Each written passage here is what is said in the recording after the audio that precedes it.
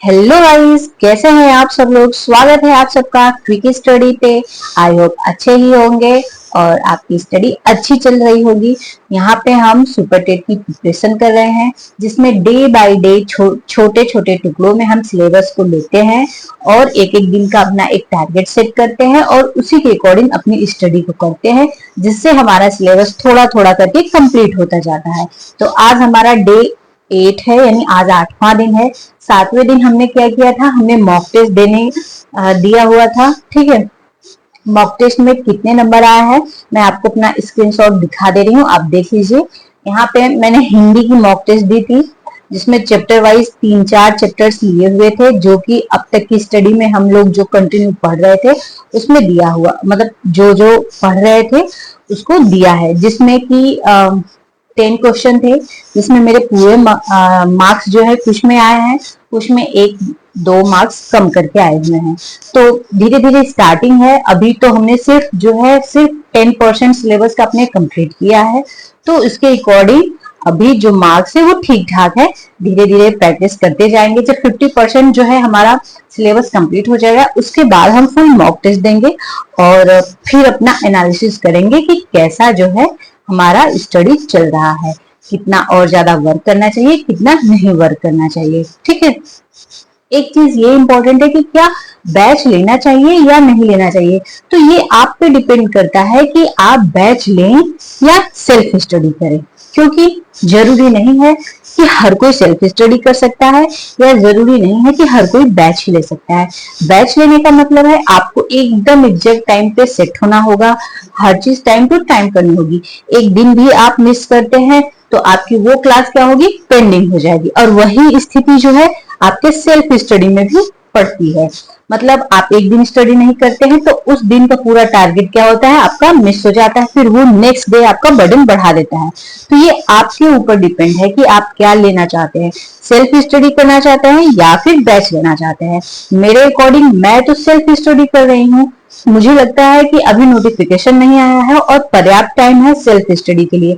अभी जो है टेट का एग्जाम क्लियर किया हुआ है मैंने, तो जब टेट क्लियर किया है तो सारी चीजें तो मैंने पढ़ी हुई है, नोट्स भी प्रॉपर बनाए हुए हैं।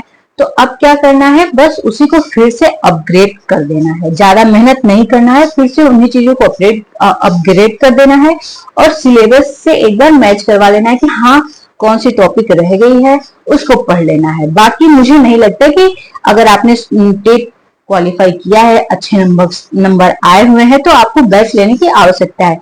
बाकी आप देख लीजिए, अगर आपको नीड है तो आप बैच ले लीजिए। मेरे अकॉर्डिंग बैच लेने से काफी ज्यादा, जैसे क्लासेस कई सारे हो जाते हैं, कंफ्यूजन बहुत सारा हो जाता है।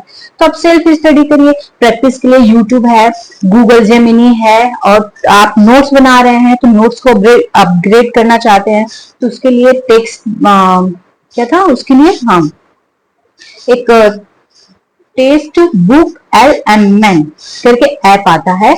वहां से आप, ऐप क्या एक साइट है या ऐप कह लो, दोनों ही आती है। वहां से आप जाके बस अपने नोटबुक का जो है फॉर्मेट डालना है, जो आपने टेस्ट मतलब पूरा बनाया हुआ है अपना सिलेबस के अकॉर्डिंग, और एक अच्छा सा PDF आपको वो बना के दे देगा। तो बस आपको पढ़ना है, मतलब स्मार्ट स्टडी आपको करनी है।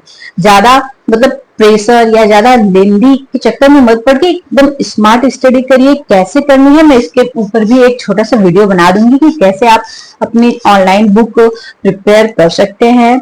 या NCERT है, आपके पास इतना टाइम नहीं है कि आप NCERT को पढ़ पाए, तो उसके लिए भी आप NCERT के चैप्टर को स्कैन करिए, उसको डालिए और एक शॉर्ट नोट वो बना के दे देगा। बाकी मेरे पास सार संग्रह NCERT की आती है, जो वो है, मैं उसकी PDF आपको टेलीग्राम पे दे दूंगी, आप वहां से जाकर के उसको देख लीजिएगा और अपनी स्टडी में कंटिन्यू करिए। बाकी आज हमारा क्या टारगेट है इसको देख लेते हैं।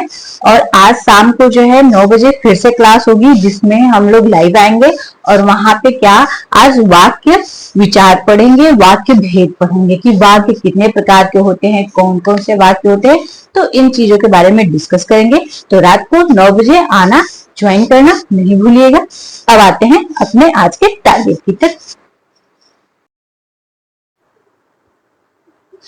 तो आज जो है हमारा डे 8वां है सुपर टेट की प्रैक्टिस का, जिसमें यहाँ पे हम लोग जो है मैथ में रिमाइंडर थ्योरम और यूनिट फिजिक्स पढ़ेंगे। ठीक है, यूनिट डिजिट में क्या क्या पढ़ेंगे, यही होता है यूनिट डिजिट में कि इकाई के स्थान पे कौन सा अंक आएगा। जैसे बड़ी बड़ी संख्याओं का, जैसे 3, 4, 5 गुणे 645, ठीक है, ऐसे दे दिया। तो अब यहाँ पे पूछेगा कि इसका जब मल्टीप्लाई करेंगे तो इकाई का अंक क्या होगा। ठीक, कभी कभी दे देता है 4 के पावर जो है 256, अब इसका इकाई अंक क्या होगा।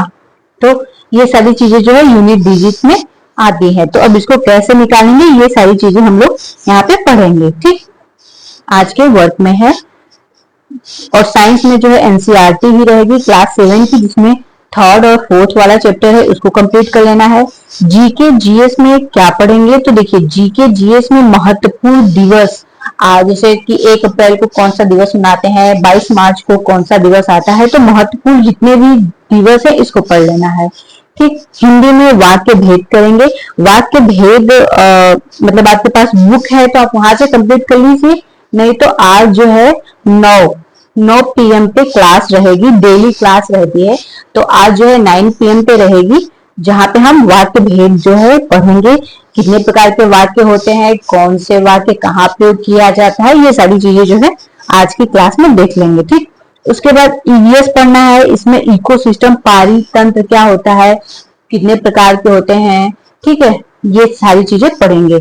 ज्यादा मतलब डीप में न जाकर के शॉर्ट में ही अभी अपने सिलेबस पे फोकस करना है कि एक बार हमारा सिलेबस कंप्लीट हो जाए।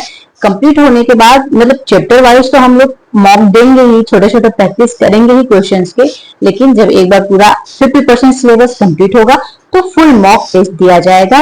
उसके बाद एनालिसिस किया जाएगा कि अब तक कितना पढ़ा है, वो कितना सही है। ठीक है, आपको हमारा वीडियो कैसा लगा कमेंट करके जरूर बताइए, और वीडियो अच्छा लगा होगा तो लाइक कर दीजिएगा, चैनल को सब्सक्राइब कर दीजिएगा और शेयर भी कर दीजिएगा।